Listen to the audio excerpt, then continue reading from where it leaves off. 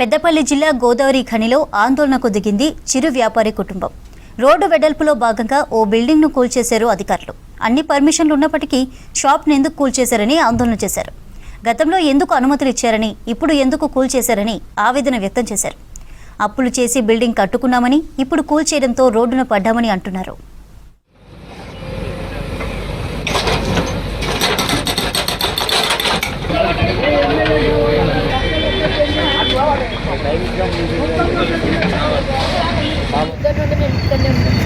Municipal అధికారులకు మేము సహకరించిన వాళ్ళు వెళ్ళిపోయిన తర్వాత ఒక అబ్బాయి దాసర్ విజయ్ అనే అబ్బాయి వచ్చింది సార్. వచ్చి నన్ను అక్కడ పిలిచిండు. మాట్లాడితే నేను ఒప్పుకోను, నేను ఇక్కడనే ఉంటా అని చెప్పి నేను అన్నా సార్.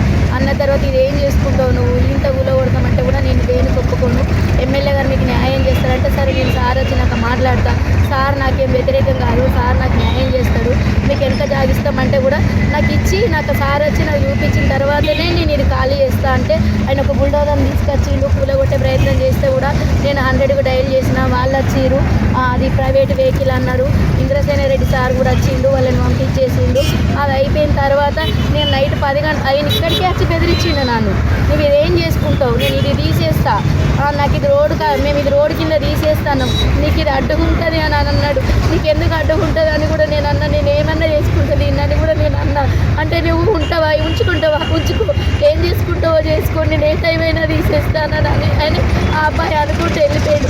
సరే మేము భయం కొద్ది రాత్రి పరవే నాకు ఇక్కడనే కూర్చున్నాము. చీకట్లో అందరిని చూసి నైట్ నిన్న చలికి వచ్చి చలిలో నిన్న పొద్దున్న నుంచి ఉన్నాం కదా అని నైట్ 10 గంటలకి ఇంటికి పోయి పడుకొని జనాలు 7 గంటలకు లేచేసరికి ఈ పరిస్థితి ఉన్నది. మేము ఎక్కడ బ్రతుకుతామో, మేము ఎవరికి ఏం అన్యాయం చేసి మేము ప్రజాస్వామ్యంలో బ్రతుకుతలేమా, మేము మా బ్రతుకులు తీసి రోడ్డు మీద పడేసి మేము ఏం చేసి మాకు అధికారులు కానీ మాకు ఎవరైనా కానీ మాకు సమాధానం చెప్పి మాకు న్యాయం జరిగి మా జీవితాలు నిలబెట్టేంతవరకు మేము ఇక్కడే ఉంటాం. 2 సంవత్సరాల క్రితం కూడా మేము మున్సిపల్ గారి దగ్గర నుంచి పర్మిషన్ తీసుకొని 28 గజాల పర్మిషన్ తీసుకొని గ్రౌండ్ ఫ్లోర్ ప్లస్ 2 ఫ్లోర్స్ 3 ఫ్లోర్స్కి పర్మిషన్ తీసుకొని మాకు అప్పటి వరకు స్తోమత ఉన్నంత వరకు గ్రౌండ్ ఫ్లోర్ వేసుకొని మేము నడిపించుకుంటున్నామండి. మాకు స్తోమత ఉన్నంత తర్వాత ఇంకొక ఫ్లోర్ వేసుకొని మేము ఇక్కడే ఉండాల్సిన వాళ్ళం. మాకున్నది ఒక్కగానొక్క ప్రాపర్టీ అంటే ఇది ఒక్కటే. మాకు అసలు జాగలు కానీ భూములు కానీ 40 సంవత్సరాల నుంచి గోదరికన్లు ఉన్నా కూడా మేము ఇంకా కిరాయి ఇంట్లోనే ఉంటాం.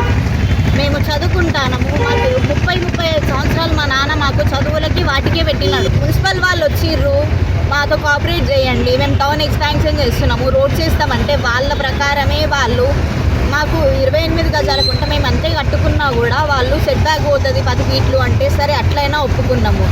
వెనక కొంచెం తీసేస్తామంటే అట్లయినా ఒప్పుకున్నాం. మేము 6 పిల్లర్లు వేసి కట్టుకున్న దానికి ముందు 2 పిల్లర్లు వెనక 2 పిల్లర్లు వేసేసారు. సరే ఆ ఉన్న మాకు కొద్దిగా 10 ఫీట్లు వదిలేసారు. ఆ 10 ఫీట్ల జాగలో అయినా కూడా మేము మళ్ళీ ఏదో ఒకటి చేసుకొని మేము ఉంటాము అని మేము ఆ 10 ఫీట్ల జాగైనా ఉంచుకున్నా కూడా బయట నుంచి వేరే వ్యక్తులు వచ్చి మమ్మల్ని బెదిరించి ఇది మాత్రం మీరు ఏం చేసుకుంటారు, తీసేయరు, మీకు ఎమ్మెల్యే గారు సపోర్ట్ ఇస్తారు అని ఎవరో వచ్చి చెప్తున్నారు. మాతో ఎమ్మెల్యే గారు కూడా చెప్పలేదు, ఆయన చేయించదని మేము అంటలేము, ఎవరో వచ్చి చెప్తున్నారు. వాళ్ళు బెదిరించిపోతున్నారు మమ్మల్ని. వాళ్ళ భయానికే మేము రాత్రి ఇక్కడ ఉన్నా కూడా, ఈ రాత్రి ఎవరు వస్తారని మేము అనుకొని పోయినా కూడా రాత్రి వచ్చి పొద్దున వచ్చేసరికి ఇట్లా చేసినారు. నిన్న పొద్దున 6 నుంచి